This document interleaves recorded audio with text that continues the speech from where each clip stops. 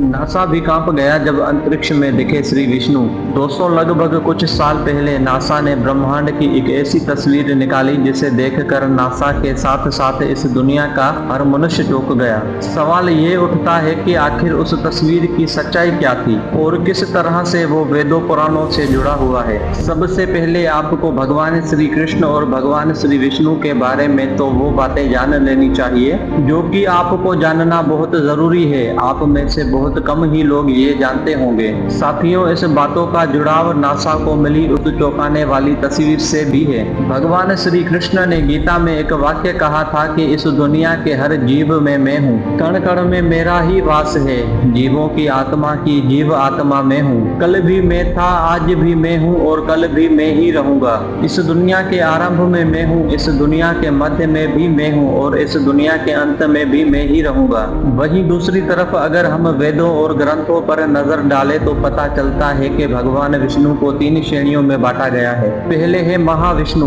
महाविष्णु मतलब वो परब्रह्म जिन्होंने संसार का बीज बोया और इस दुनिया में जो कुछ भी मौजूद है वो सब सिर्फ इन्हीं की वजह से ही है। आपकी आत्मा और यहाँ तक कि आपकी बुद्धि भी सब कुछ महाविष्णु की देन ही मानी जाती है। दूसरे हैं शिरोदक्षाय विष्णु। जब हम बात करते हैं कि हर जगह पे भगवान है, हवा में, मनुष्य में, धरती में, कण कण में, अर्थात छोटी से छोटी चीज में भी भगवान है, तो वहाँ बात की जाती है शिरोदक्षाय विष्णु की। तीसरे और अंतिम है गर्भोदक्षाय विष्णु, जिनके लिए ये कहा जाता है कि इन्हीं के नाभि कमल से भगवान ब्रह्मा की उत्पत्ति हुई थी और फिर सारी सृष्टि रचना के बाद खुद भगवान विष्णु ने ही सारी सृष्टि संभालने का कार्यभार उठा लिया था। ऐसे में आपको भी बहुत से धार्मिक ग्रंथों में शिरोदक्षाय विष्णु की तस्वीर देखने को मिल जाती होगी, जो कि कोई काल्पनिक तस्वीर नहीं है बल्कि वेदों पुराणों को समझकर बनाई गई तस्वीर है। इसे ध्यान से देखिए और अभी नासा के द्वारा निकाली गई तस्वीर को भी देखिए, जिसे नासा ने स्टेक माउंटेन का नाम दिया है। अगर आप इस फोटो को ध्यान से देखें और इसकी तुलना शिरोदक्षाय विष्णु से करें जो कि काल्पनिक नहीं है,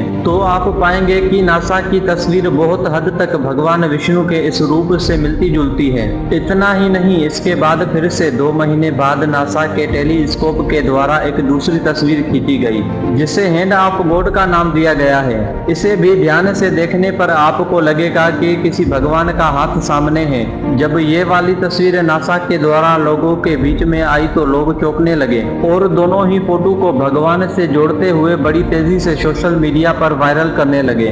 धीरे धीरे इन दोनों तस्वीरों ने पूरी दुनिया में तहलका मचा दिया। कुछ लोगों ने हाथ वाली तस्वीर के लिए ये भी कहा कि ये तस्वीर ब्रह्मांड के अंतिम चोटी से निकलती हुई दिखाई दे रही है और उंगलियों के ऊपर सुदर्शन चक्र है। इसका मतलब ये हुआ कि आप माने या ना माने, इस दुनिया के हर चीज में, यहाँ तक कि पूरी की पूरी दुनिया भी भगवान विष्णु के अंदर विद्यमान है। इसीलिए समय समय पर प्रकृति ऐसे ऐसे चमत्कार दिखाती है जिसे देखकर विज्ञान के भी होश उड़ जाते हैं। लेकिन अफसोस की बात यह है कि विज्ञान इन सभी बातों पर कम ही विश्वास करता है या फिर करता ही नहीं है। जब तक तस्वीर ट्विटर और इंस्टाग्राम पर फैली तो लाखों करोड़ों लोगों ने इसे शिरोदक्षाय विष्णु की ही तस्वीर मानी और ये भी बताया कि शिरोदक्षाय विष्णु अपनी योग निद्रा में विश्राम कर रहे हैं। अब यहाँ बहुत सारे लोग ये भी कह सकते हैं कि ये सब गलत है और विज्ञान के वजह से ही सब कुछ इस दुनिया में संभव हो पाया है। विज्ञान ने इस दुनिया को उत्पन्न किया है और दोस्तों, आपके आसपास भी ऐसे विचारों वाले व्यक्ति अवश्य होंगे